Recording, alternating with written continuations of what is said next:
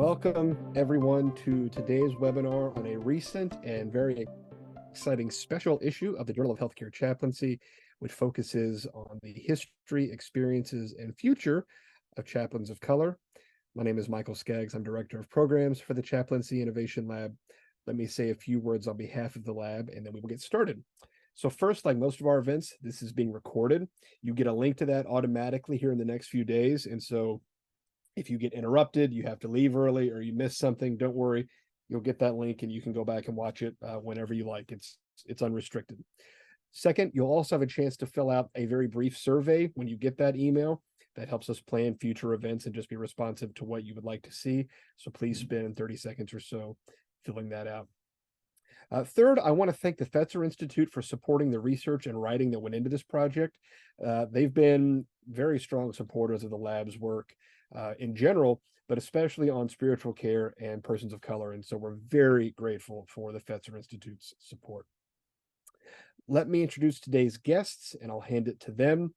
As you have questions that occur to you, use the Q&A function there at the bottom of your screen within Zoom, and then we'll have time for Q&A at the end. I'm not going to read the full bios of all of our guests because they have very rich bios. We'd be here for 10 minutes if I did that. You can find those on the event page. First, we have Reverend Marilyn Barnes, who is Reverend Robert B. Lantz Chair of Patient Counseling at Virginia Commonwealth University College of Health Professions and Director of Pastoral Care at VCU Medical Center. Calvin Bradley Jr. is Assistant Professor of Patient Counseling at VCU College of Health Professions.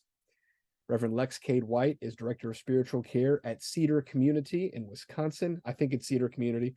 And then finally, Dr. Jaclyn Williams is Assistant Professor of the Practice of Preaching and Chaplaincy at Fuller Theological Seminary. Thank you all for being with us today. I so appreciate your work in the journal, your presence here today. Thank you for your time. Marilyn, let me hand it to you. Thank you, Michael. And thank you to the Chaplaincy Innovation Lab for hosting this webinar. I just want to share that I came to the field of chaplaincy as a second career. And after several years in the telecommunication field as a leader, I chose to listen to my inner voice that was guiding me to what I define as my life purpose. And I was clinically trained in the Advocate Health System. And when I left Advocate in July 2021 for my current position, I have the opportunity of serving as the Vice President of Mission and Spiritual Care. And over the past 12 years, I have had the opportunity to serve as a chaplain in a level 1 trauma center in the area of adult critical care. I've been part of a research team that developed the Chaplaincy taxonomy, which is a normative language for chaplains that's being used globally, and to develop spiritual care intervention plans, as well as to document what chaplains do. I have the honor of being a Transforming Chaplaincy Fellow, which allowed me to get my master's in public health with a concentration in epidemiology. And I've had the opportunity to partner with some amazing, passionate people in research who really care deeply about the future of chaplaincy. And all of this has prepared me for my current position, as Michael shared, here at VCU and VCU Health. And in this position, I have the opportunity to partner with some very committed, compassionate, and creative colleagues in developing and equipping spiritual care professionals to provide evidence-based care to people of diverse backgrounds and value systems. And so when I had the opportunity in January of 2022, when Wendy Catch floated the idea of a special edition of the Journal of Healthcare Chaplaincy focused on chaplains of color, I was like, I'm all in. And Wendy and I both knew, and we still know now, that there is very limited research in this area. As a result of the call for submissions, Calvin, Lex, and Jaclyn submitted some very reflective and meaningful work, and it began a narrative around African-American chaplain experiences in the training process, interviews, and clinical practice in a healthcare setting.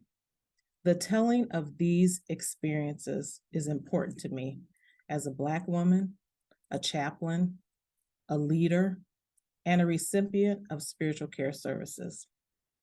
Being part of this article team encouraged me to reflect on my own experiences during years of training, clinical practice, going through the certification process, and coordinating research.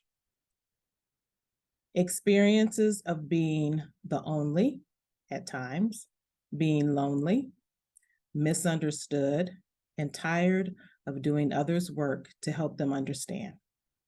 Being part of this team also empowered me to know that others had similar experiences and were willing to be vulnerable to share them.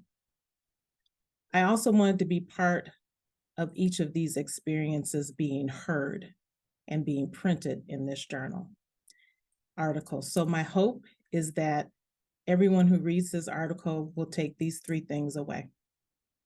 First, there is a need to acknowledge that all the isms exist in the field of chaplaincy, that those chaplains who are marginalized in society are marginalized in the field by patients, families, visitors, members of the interdisciplinary team, and yes, our chaplain colleagues. I want chaplains of color to know that you are not alone. You have a community, and this paper is the first step towards sharing our stories. And finally, as a profession, we have work to do in this area. Yes, there is research to be conducted and interventions to be developed and implemented to name and address inequities in our field.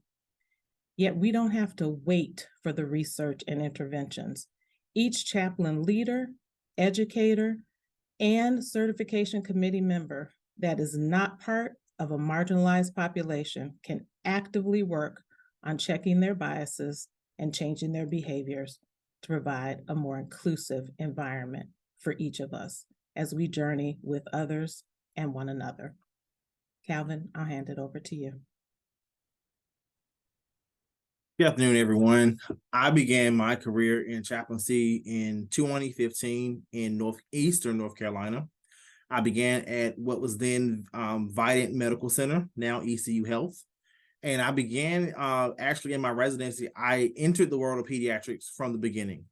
I began my residency there for my internship there for the summer, came back from my residency, and then later moved into the staff chaplain position there where I stayed for 7 years.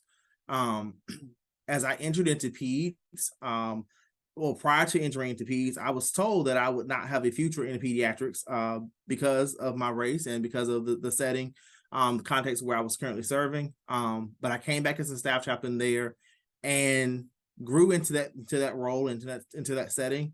Rural Eastern North Carolina was home for me. So as you hear in this article, I live at a lot of intersectionalities in this space. I was a Black male chaplain in a pediatric context. In the pediatric setting, we often find that persons of color in general are typically underrepresented, and that looks at from nursing to child life to physicians across the board in pediatrics were underrepresented. And so moving into that space, I was a Black male chaplain. I was working in a rural context, which if anyone works in a rural healthcare context, you know that it's very different than working in an urban medical context. And so those were some of the things that I was dealing with and challenging at the time of this article coming forth. Transitioning forward, I'm currently serving as the president-elect of the Pediatric Chaplains Network, which is our national pediatric chaplaincy organization. And so doing work there to kind of advance this same type of work across our system as well. And then looking at my role here at VCU, which is serving as an assistant professor in the patient counseling department, while also serving in the pediatric context in the clinical setting in Children's Hospital of Richmond. So I have a unique opportunity to continue clinical work and to continue to grow and build in that area, while also being very instrumental in the formation of future chaplains. So in both teaching in the clinical setting around how we do chaplaincy work, but also in the context of ethics. So really doing a lot of work with the formation of how we grow and develop chaplains in that way. For me, when I started working on this article, one of the things I knew from the beginning, and I believe strongly about life, is that representation matters. And so again, as I said, recognizing that when I came into the profession, I didn't have a lot of Black mentors in the chaplaincy profession. And so I wanted to make sure that our voice was heard. Also from the rural context, wanted to make sure that we didn't just hear from those who were serving in urban and suburban context, but that the rural voice was also heard in this collection of articles. And then also wanting to represent the pediatric context, because as I said, when we talk about pediatrics, we see and experience I think a unique set of DEI challenges across the board when we think about pediatric healthcare. I also believe very strongly in advancing opportunities for chaplains of color. And so that was another reason that I pursued this article. As I said, people need to hear our experiences. And I often say people need to hear the other side of our profession. So I often say to my students, people often hear us pray, but it's seldom that they hear us cry. And to really hear and feel the weight of the things that we experience oftentimes as chaplains of color, and the things that we carry, and the things that we sometimes carry home because we have no other place to unpackage them and unload them and process them. So, and then I wanted to also say that during this time, one of the things that empowered me was during the period of COVID, was having the conversation circles that were available through Chaplaincy Innovation Lab. Prior to that, as I said, I was very limited in the chaplains of color who I knew and was connected with. So that program actually opened up opportunities for me to connect with and get to know other chaplains and realize that I wasn't alone in the work that I was doing. So that was also another reason that really pushed me into working on this article. When I think about the things I want people to know going forward, for chaplains of color particularly, I want to remind people, don't be afraid to occupy your space, to take up your space. You have a unique set of experiences and perspective to care, to the care and compassion that is needed, and know that you're necessary in the spaces that you serve. You're important. Your presence is needed. Your ideas are needed. And your perspective is needed. And I think that's something we have to remind ourselves of on a constant basis. You'll hear in the article, I actually put there that for me, that has been what has kept me in this work. Many times when I wanted to walk away because the challenges became so hard, it was often running into a physician who I had worked with, or a parent of a child who I had worked with, or even a patient sometimes who would tell me and remind me how important my presence and my work with them had been. And that it was that impact that kept me in this work when I wanted to give up so many times.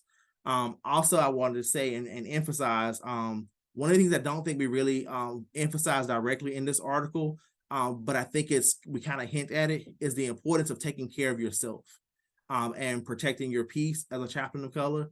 Find the outlets that you need. As I said, for me, conversation circles became one of those key outlets initially early on for me, and I've since been able to develop other communities and outlets from that. But it's important that we find that space that we can safely unpackage and process the things that we see, experience, and feel on a daily basis. The other thing for me is, oftentimes in my work, as you'll see in the article, I feel like when we think about our role as advocates, our advocacy is sometimes misunderstood as anger. And so I think it's a continuing work that we learn. I'm constantly learning how to better communicate, but also how to not apologize for the positions that I take. How to stand up and advocate and speak up while also trying to find creative ways to improve that communication as well. And then for chaplains and professionals across the board, I think we have a responsibility tremendously to improve the diversity of formation opportunities that we have in our profession, recognizing that chaplains come from a unique set of backgrounds, and we have to do increasing work to figure out how, and this goes from the CPE process to new hires in our institutions, and all the way up to how do we help chaplains of color, particularly as they look at opportunities for promotion and growth across their careers. So we have to find creative opportunities to kind of help focus and look at the opportunities that exist around this. One thing I'm aware of, and I think one of the good and bad problems I've experienced is, as I said, when I started, I didn't have a mentor, and those mentors were few. And now I feel like I'm getting into a place where I'm positioned to mentor more people, but the need for mentors is so rich and so strong. I'm getting requests almost monthly for people who are seeking mentorship, but my bandwidth is limited. And so that's also a heavy burden to bear sometimes in not wanting to not mentor people or not wanting to support people, but also recognizing that we have to protect our boundaries and protect our bandwidth, as far as what we can do and what we can take on. So we need to build a better network and support system for how we support chaplains across the board generally.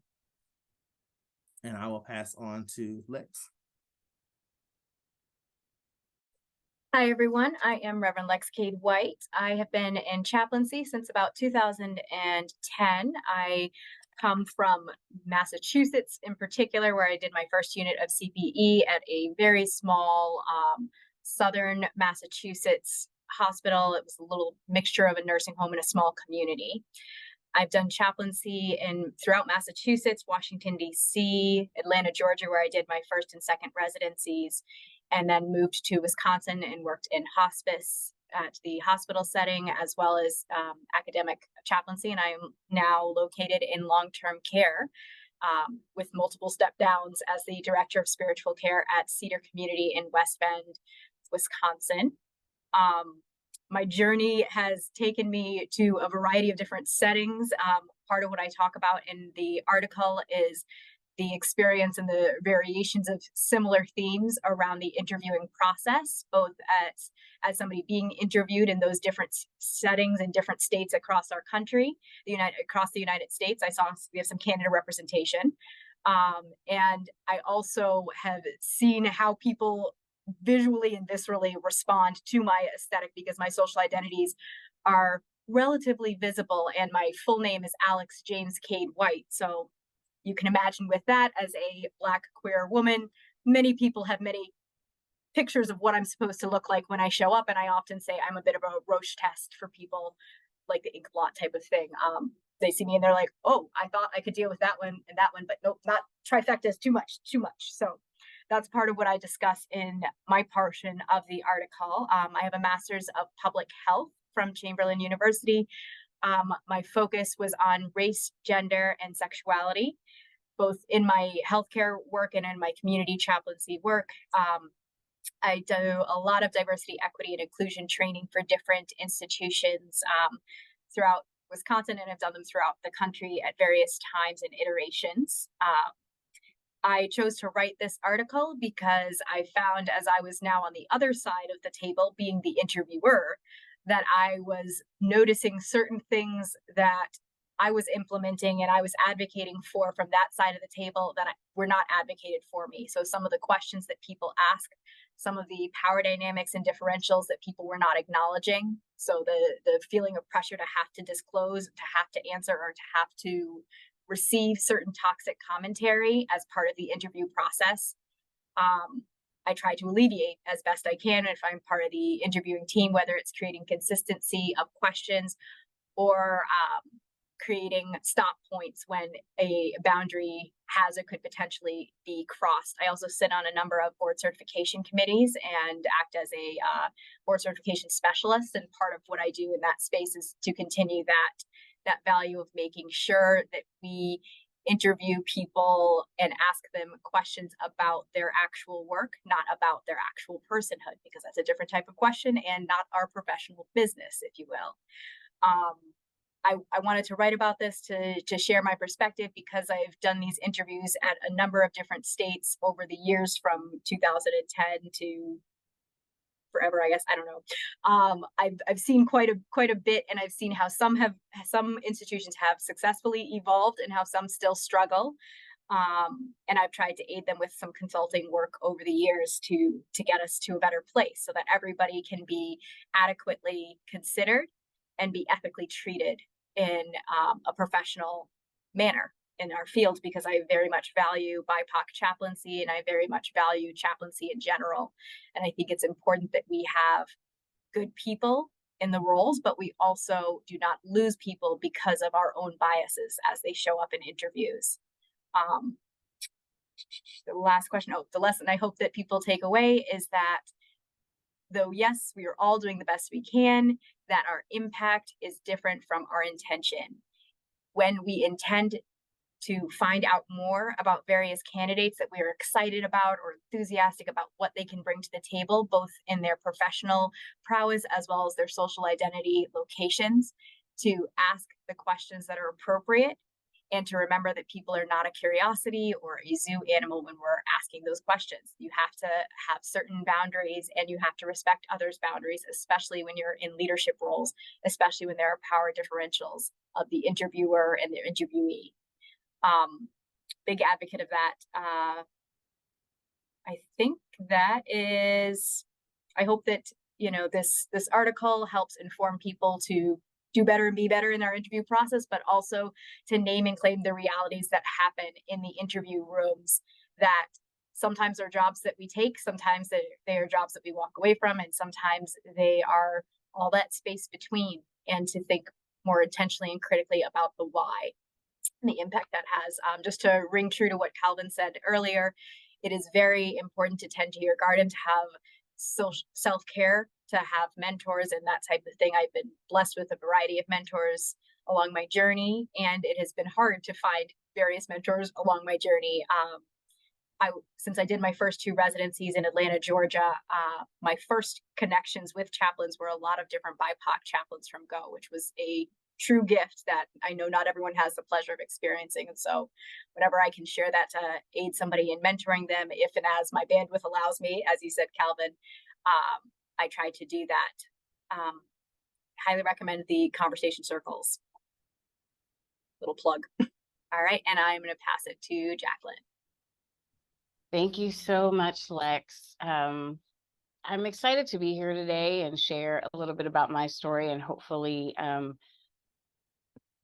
we can continue to find those points of connection, because that was one of the blessings for me in participating in this project, from Calvin and Lex and Marilyn, learning just by reading their stories. And also, I think, as Marilyn said, that moment of, okay, I'm not alone in this, right? There's some safety in that space that is being created by this article. So I just appreciate this opportunity.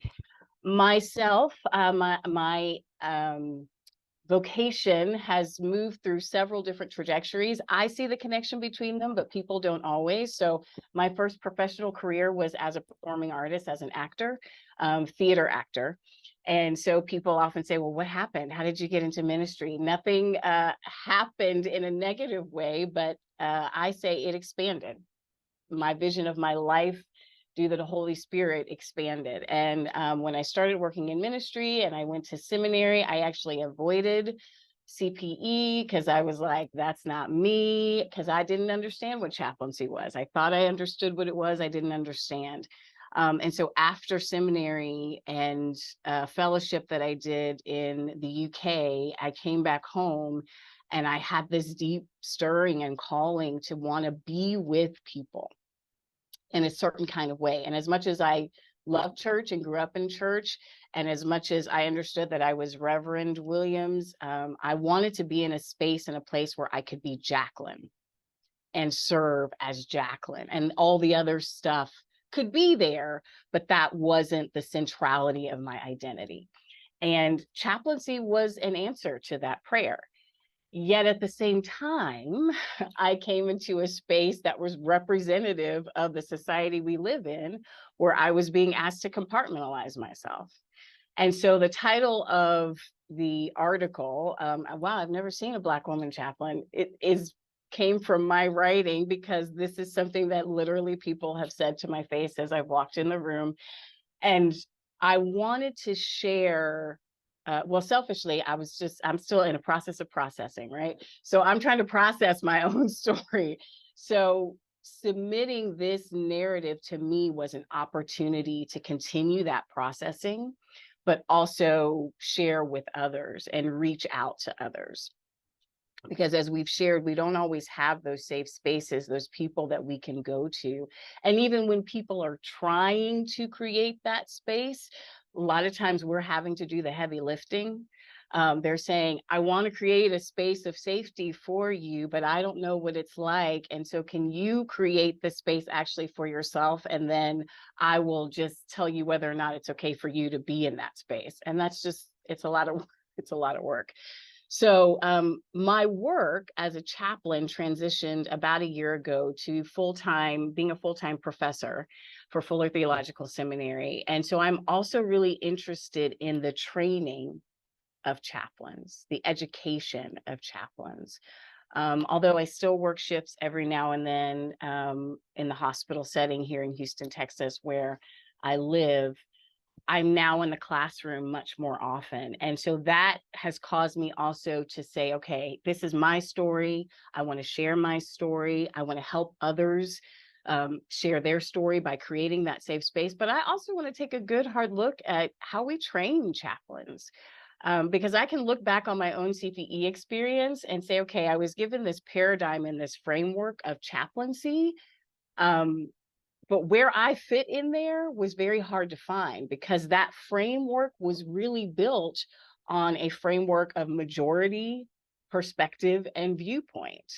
And so even as I look at the competencies, right, that I had to say that I met to become a board certified chaplain, when it comes to my identity and my conduct, that's impacted by how the world is responding to me.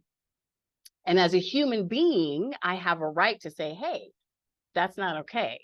But do I have that right as a chaplain when I have shown up to provide care and accompany? And of course, I say, well, yeah, I have to have some right in there to do that, because I'm human. And this compartmentalization is not healthy for me, and it is not healthy for our society. So I came to the work of this article with, I want to use some of my acting theater background and create sort of a monologue to invite people into my inner monologue of what happens when I hear that phrase or something like that phrase. Oh, a Black woman chaplain. And I've named that sometimes there's celebration in that. There are other marginalized people who are like, oh, I didn't know I was when I asked for the chaplain, I didn't know it was going to be somebody that hopefully can relate to me and see me and hear me in a different kind of way. But oftentimes I'm here in Houston, Texas. Texas is a complicated place. I don't think I need to share the ins and outs of that with anyone on this webinar. Oftentimes when I hear something like that, there's something behind that that is much more sinister. And I will just name it for what it is. It's sinister. So then I have to decide, how am I going to be in this space? Honor my personhood, honor my integrity, but at the same time be professional, right? Those things that we've written to in those competency interviews and papers, and that we want to be. That's the chaplain that I want to be, right? But I didn't create this world. I didn't create this machine. And so in many ways, I'm looking for healthy and functional ways to say, we need to get rid of the machine. I get that the industry is going to always be, and an institution is going to always be a machine. We need a different kind of machine, right? There's only so much patchwork you can do. So for me, writing this narrative, inviting people into my inner monologue, talking about what it is, borrowing from Toni Morrison and talking about what it is to always feel that white gaze and the expectation of the white gaze, and to know I am actually decentering that, but I'm working within a machine that has not done that work of decentering it, right? So as my colleagues, as Lexa said, and as Calvin has said, and as Marilyn has implied, that we need self-care that is deeply rooted in community.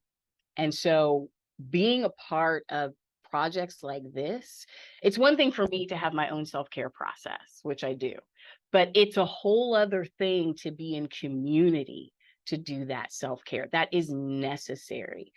It's necessary not only because of the healing that happens and the restoration that happens within that, but also because then we are a group who can say, look, when my institution might look to me and say, Jaclyn, I just think you're being overly sensitive, I actually have a group of people and research that I can provide to say, actually, no, it's not just me being overly sensitive. This is actually an epidemic that is happening. And if you want to take care of the people who you are employing in your institutions, you will listen to this word. And so my hope for the future is, one, that we can continue this work of community and integration for ourselves as individuals, but on a larger scale for anyone who is marginalized in any way and who is working within the scope of chaplaincy. But I'm also really, really curious about how can we take the frameworks and the paradigms of how we teach chaplaincy, how we do CPE. We've created a program at Fuller that's an MA in chaplaincy. We have a master's degree or a master's of divinity with a chaplaincy track also. We have all of these students. How do we help them see, yes, this was the historical framework and paradigm. It is not serving everyone who is called to this work. So we need to do the hard work to decenter that old paradigm. We don't have to necessarily just throw away all of it, but decenter it and have something that is representative and also edifying for those who are doing this work. And so with my students, I do that work because I show up as a Black woman. So there's no need for me to pretend like it's not a part of the work that I'm doing. But also, I have a love for chaplaincy and a belief in the work of chaplaincy. And that, as I think Calvin said, when you have someone who you know you've been able to truly accompany and provide that love, grace, and mercy in whatever way you did, that's why we keep doing this. But while we keep doing this, let's have the resources that we need to create paradigms and frameworks that are healthy and whole. Thank you. And then I think I'm handing it back to maybe Michael. Thank you all so much for this, and so many messages of gratitude in the chat, just for so candidly telling these stories, which are so powerful. I was just had a conversation last week with a very highly respected chaplain. This person is an educator, a leader, just very well regarded in so many ways. And they were telling me about a situation of just out and out racism directed against them in their institution recently. And my immediate reaction was to think, how can this still be happening for this person who has achieved so much to be? And then, of course, my immediate second reaction was, of course, this is still happening. Of course, this is still happening. And so thank you for making it just vivid reminders. Marilyn, I love that you open with every ism under the sun exists in chaplaincy. The fact that this is a caring profession does not mean that people are immune from unknown biases, known biases, all of that. So thank all of you for telling your stories. It's very powerful and very humbling. I'm just very grateful that you're here with us. Lex, thank you. You very quickly threw in the plug for the conversation circles, and Calvin, you mentioned them. It's my job to plug our program, so I'm just going to do it overtly. Very soon we will launch another cohort of our conversation circles. I believe we're going to have capacity to do one conversation circle for Black chaplains and one conversation circle for all BIPOC chaplains. And so when that information becomes available, we have it scheduled. I encourage all of you, please do apply. We have only gotten good feedback about the conversation circle program. And it's just been such a joy to be able to offer that and hear some of the stories of connection that have come out of that. So keep an eye out for that. A number of questions here, and I'll just remind everybody, we have the Q&A function. That's the easiest way to do it. The chat is so lively. If you put it in there, I'm going to lose it. But if you put it in Q&A, I'll be able to keep track of it. And I'll just sort of go in order as I see them here. The first question says, Calvin, could you please repeat and explain a little more when you said people need to hear us pray, but they also need to hear us cry? Sure. I said it because there's a lot of what we do. I think it's on page 12 of the article where it talks about our work and how we a lot of times serve as chaplains at the bedside, but we're also providing as the direct care for a lot of the staff who look like us. So there's a lot of weight that we carry with a lot of that. I'll give you a good example. So when the pandemic first started in 2020, I had a nurse leader who came to me and said, what are the patients saying about the pandemic? And I remember pausing for a minute and saying to her, my patients aren't talking about the pandemic right now, because at the same time of the start of the pandemic, we had racial turmoil in our country. And so the teenage patients that I was taking care of who looked like me weren't thinking about COVID. They were thinking about their identity and how they were going to go out and go into society as young Black men. And so that was a lot of what I was hearing from patients.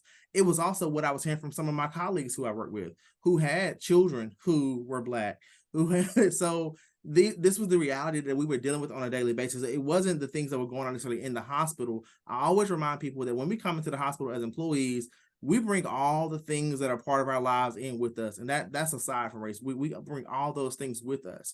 And so when people bring those things into the context and we're there serving them as chaplains and we're supporting them, like, we kind of take all of those things. My mentor in chaplaincy early on used to always say, he would say, Calvin, as chaplains, we're like the lightning rod. We absorb it all. And so I found it to be so true. And regardless of how we try to fit into the space, we absorb all of the anger and the grief, the frustration that people carry, and we carry those things. And so people see us when we're there and we're holding hands and we're providing care and support and we're being strong, but they don't see us when we get in our car and all we can do is break down and cry because we've carried it and held it all day long. They don't see when we've sat in board meetings and rooms where we've tried to advocate for issues where we've been made to feel like we're less than and that we're not trained. They don't see the pain that we carry from those things. They don't hear the conversations when we're advocating and people tell us that we're wrong, when we know that we're right down inside. They don't hear those things. And so we carry those things within. And a lot of times we deal with those things in isolation and private because there's no other place for us to unpackage those things and to be able to do that. So that's what I mean by that statement. Thank you very much.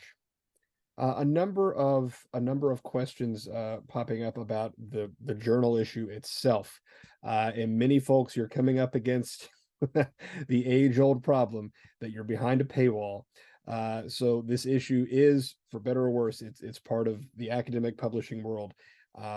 In many cases, you can ask find your closest university library and ask them to give you affiliate access as a community member. Very often they will give you a username and a login, and that way you can access those resources. I know it's not perfect. Academic publishing, we could have a whole series of webinars on what's happening in that world, but we're going to let that one lie for now. I know one of the things that people love to take away from our webinars is what can we do right now? What can we take into the world right now? And so the next question says, if you feel comfortable sharing, what are some of those self-care practices that you find helpful in relation to what we're talking about here? And that's for anyone, everyone, or if you'd rather not share, of course, that's fine too.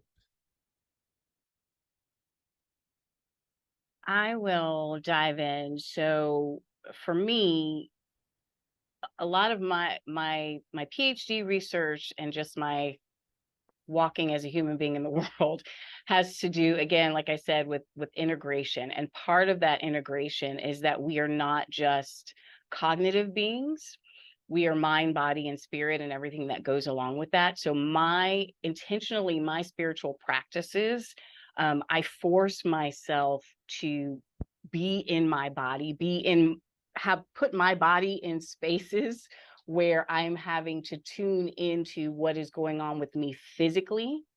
As a person who spent a lot of time in school, it can be kind of a safety net to go to the, what am I thinking? Or what are my thoughts about this? But my body will tell the story, right? The body tells the score. So I will put myself in situations of, even if it's meditation, where I'm going to sit on the floor specifically so that I can feel the floor in a different kind of way. I'm going to exercise but I'm going to be mindful about what I'm listening to, even if that is, I want to listen to this silly podcast or this silly TV show, but just recognize I'm doing that because I need that right now. I need that outlet, right?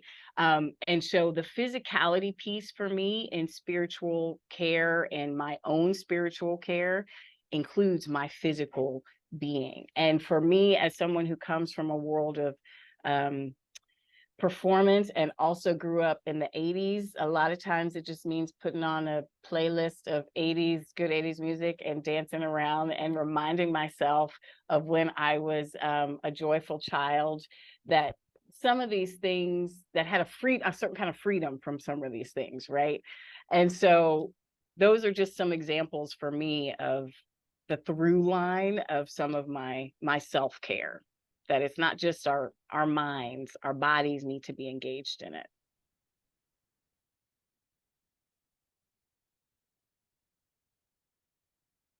I'll go next if that's all right.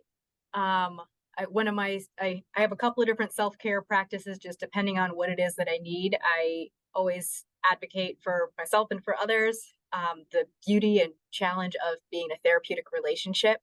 It is important to have people that you can talk and process your story and your journey, especially when you're in an isolating field like ministry and chaplaincy and BIPOC on top of it, and any of your other intersecting identities. I think that is such an important piece of the puzzle.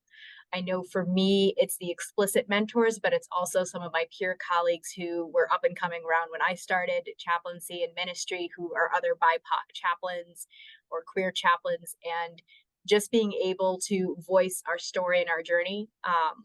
I'm neurodivergent or neurospicy, as I like to say sometimes, and having safer spaces with people who are neurodivergent and similar in different ways, and from the disability community, which I'm part of, is helpful for me to name and claim the space that I'm in, because we don't always have that safer space in our workspaces or in our sense of calling.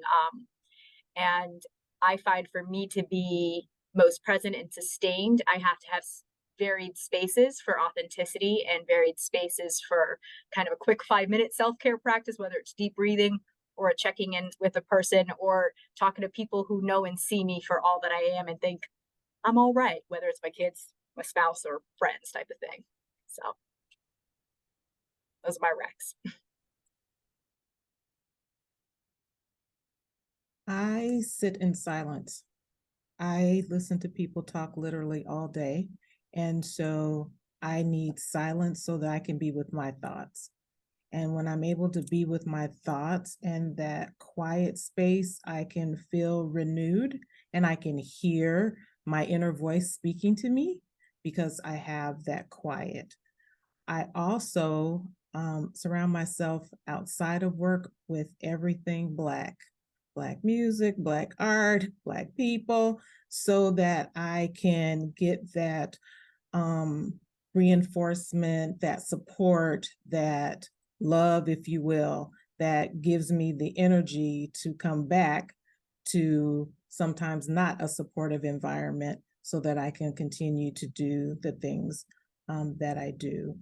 And then also I do adult coloring books because the only thing on my mind is the next color. Much of what everyone else has already shared. I will say one of the things I'm learning also with taking care of myself is not also just the self-care practices of doing physical things outside of work, but also for me is learning within the workspace, learning to say no.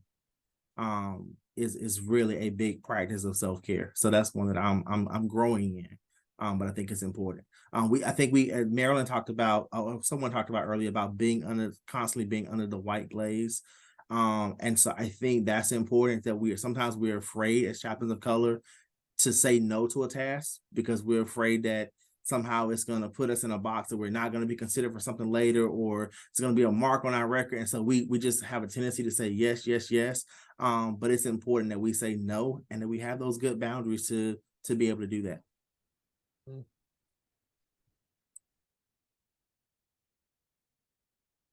This is a really good question coming up, and I'm not sure if there is a clear-cut answer. So I don't want to put anyone on the spot, but if any ideas you have would be welcome. This person says, I'm currently in my second unit of CPE, and I've not been able to find a mentor in my area.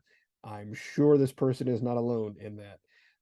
And so I think Denise, let me generalize your question if I might, just because I think it applies to you and everybody else. If I read it correctly, is if you don't have kind of a natural mentor in your institution or in your community, what are some ways to go out and find that kind of relationship? I will say CPE, and I believe that it's still active.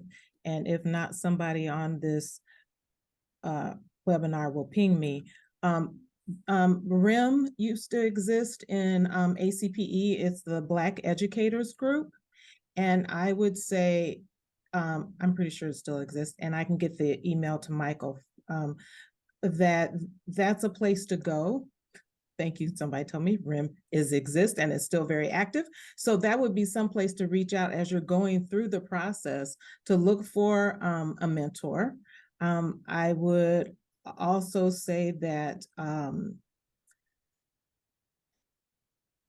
trying to reach out to like Chaplaincy Innovation Lab or Transforming Chaplaincy to ask them to connect you as well to resources. But I would start with RIM.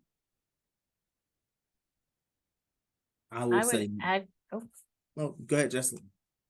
well, I was just going to say also looking to, even if you are a chaplain who's working in a context and you aren't necessarily seeking board certification or won't seek board certification, I would reach out to endorsing bodies. I'm endorsed through the Alliance of Baptists, and through the Alliance of Baptists, I met more Black chaplains through the Alliance of Baptists and that group than I have in one place in my time as a chaplain. And so even if you're not a part of that endorsing body, I can only speak for the Alliance of Baptists because that's what engaged it, but I feel pretty confident that if you reached out to them and said, look, y'all don't endorse me, I'm not even Baptist, but I'm just trying to find some chaplains of color, that there would be a positive response to that. And so you may not get that response from every endorsing body, but I do think if you find one that, oh, they seem like they have a pretty good, diverse, multicultural chaplain group, reach out to them and see if it's possible to get connected to some of their chaplains. Yeah, I was just going to say networking. So one of the things for me was jumping on opportunities. So pay attention to your emails. When you get the Chaplaincy Innovation emails, like Michael said, you're going to see the conference, like look for those opportunities. And when you see them, pursue them. That's most of the mentors and relationships that I have now with chaplains of color. That's how they came about, was just through seeing an email for an opportunity and I jumped on it. When you have an opportunity to go to a conference or to go to a state chaplain meeting or something, whatever is going on, like take those opportunities. Even as CPE students, take those opportunities when they're presented to you, and they'll open doors and relationships that will help you down the road. I still have some of the relationships that I started when I first started chaplaincy that are still very important to me today because of those different interventions and opportunities. Yeah, I would second that for sure. I know that the APC, that you can join it as a student, and they, depending on how local your state or region is, they can help you find somebody who is explicitly saying, I want to be a mentor. And you can try to look via social identities. I think looking on LinkedIn, I saw somebody post that. I think that's a great idea. Anytime you go to a conference or a webinar or a discussion or that type of thing, reaching out to people, it cannot hurt. The worst thing people can say is no, but some people will say yes. So I think, it cannot hurt. I know that I've made some connections that way myself, and I know that others have reached out to me that way as well. So I think sometimes you got to think out of the box. And I think when you're at those conferences, if you can find the funding, et cetera, because I know that's a journey too, and that's real. If and as you can find those fundings, any of those social interactions that you have. So yes, traditional networking, but also just the getting to know you type of stuff, of going to the same types of talks and finding people with similar interests and investments is a great way to meet new people in the field, as well as meet people with similar perspectives who may be able to either connect you with their mentor or mentor you type of thing. I will also say, don't be afraid to create opportunities. Within our pediatric chaplains conference, I think it was 2 years ago when we met, we posted just a lunch for BIPOC pediatric chaplains. And when I first started in the organization, I only knew one other chaplain of color. And I think this past year we did that lunch again. And I think we had over like 12 people who showed up as chaplains of color. So we're seeing the increase, but sometimes we exist, but we don't know that we exist to each other. And so when you're in spaces, don't be afraid to offer and create those opportunities too, where you can come together to build those relationships.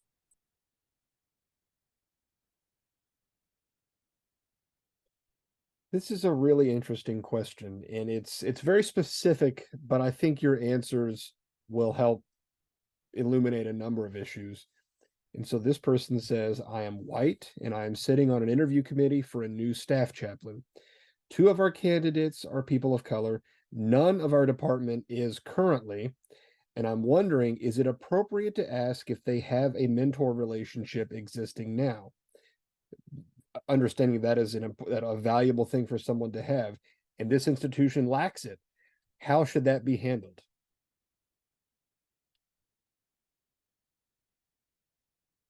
Lex, I'll let you take this. Okay. I would say it's kind of a both and. So if you would ask other candidates that question, then yes, by all means, ask that question. If it is a question you would only ask a BIPOC or a queer or a person with a disability, etc. candidate, then don't ask the question. It should be I ask everybody or I don't ask.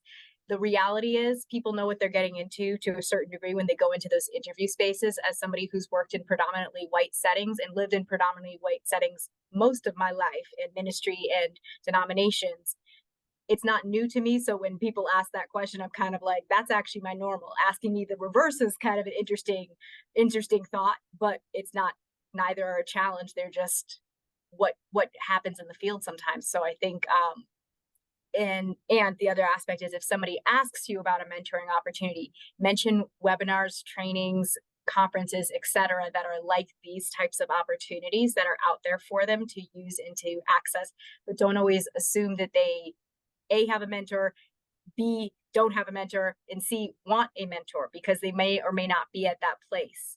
And that's okay. They also might be overextended. A lot of BIPOC chaplains and a lot of people who do DEI work, a lot of overlap, have themselves extended in a lot of different directions. So they may or may not have bandwidth for additional, especially if a boss is asking that type of question. So that's my 2 cents on it. I would avoid asking the question. I agree with everything Lex just said. I think for me, I think the focus really when we talk about formation should be really trying to learn what the person will need, what you can do to help shape and grow this individual. As an institution, as a manager leader, as colleagues, what can we do to help support and create a environment that is going to be cultivating and supportive and inclusive for you. So I think that's a better approach to kind of take.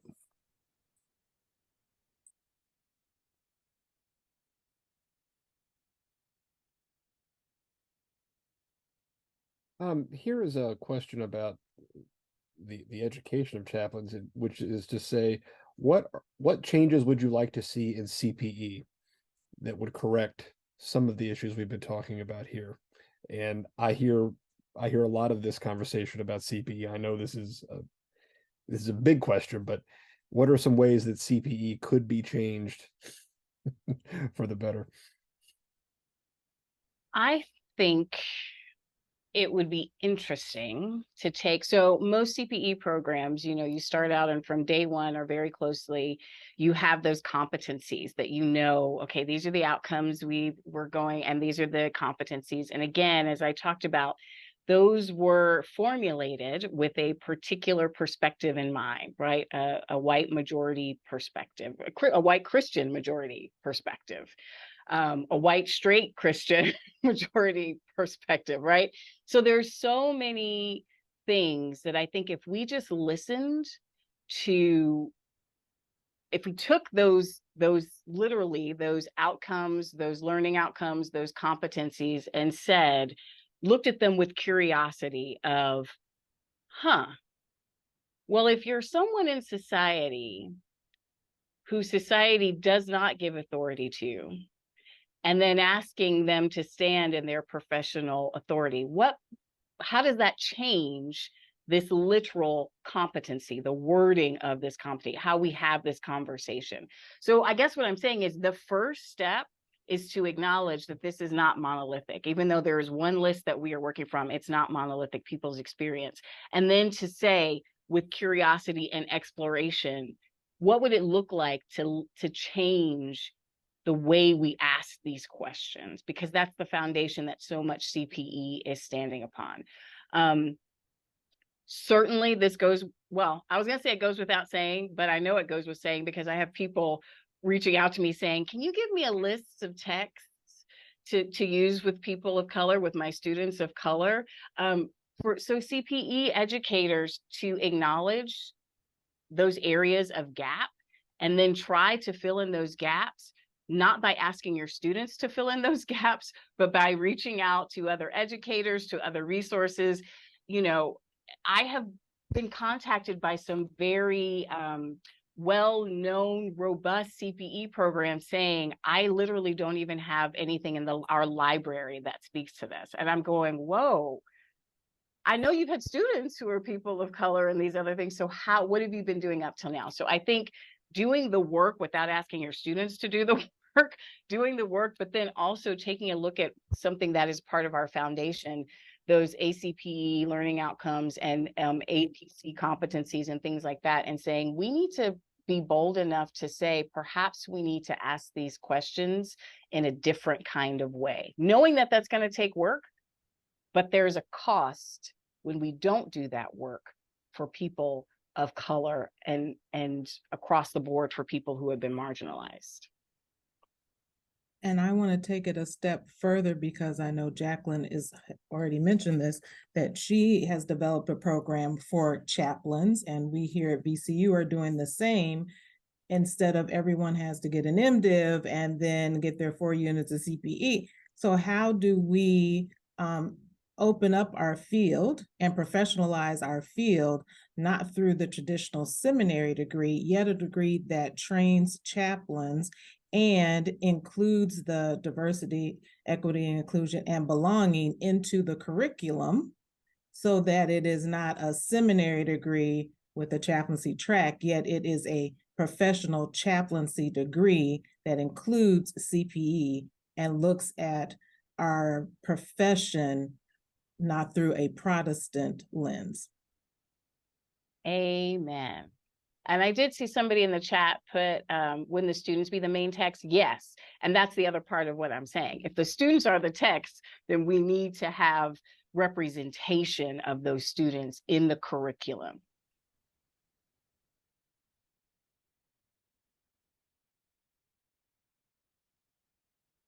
We probably have time for one more question. And so I'm going to ask a big one, of course, here at the very top of the hour, but it's an interesting one. And maybe we'll just sort of distill it down to something a little bit smaller. But if you could give one piece of advice to someone early career or as a student, as a person of color, one piece of advice, what do you want to leave them with?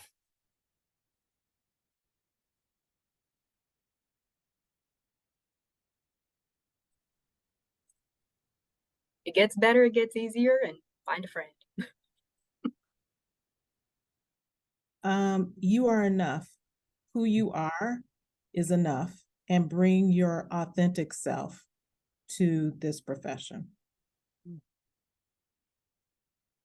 Know that your personhood in and of itself is valid and deserves to be in the space that you are in, that you don't have to qualify that with anything other than I wanted to be here, and so here I am. And then, like Lex said, find some friends.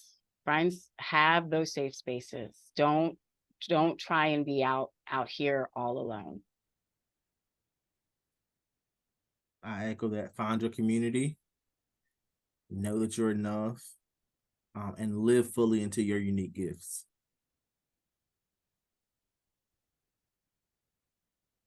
Wonderful. Thank you all so much. This has just been so humbling and educational for me personally in so many ways, and I'm just so grateful for your time.